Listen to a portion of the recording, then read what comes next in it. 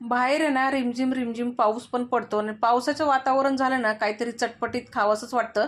तर मेसच्या मुलीना आज घरी आल्या होत्या. म्हटल्या काकी आम्हाला बटाटा भजी बनवून देता का? चला म्हटलं काहीच हरकत नाही, बनवूया. तर इथं बटाटे आहेत ना घेतले आणि त्याचा टक्कल करून घेतला आणि नंतर असे पातळ पातळ स्लाईसमध्ये कट करून ना मिठाच्या पाण्यात ठेवले म्हणजे ते काळे पडणार नाही आहेत. एका बाउलमध्ये 1 वाटी बेसन घेतलेलं आहे, मिरची लसूणचा ठेचा, चवीनुसार मीठ, हळद, हिंग आणि ओवा टाकला, हातावर क्रश करून कोथिंबीर टाकली आणि थोड्या थोड्या पाण्याचा वापर करून घट्टसर बॅटर तयार करून घेतलं.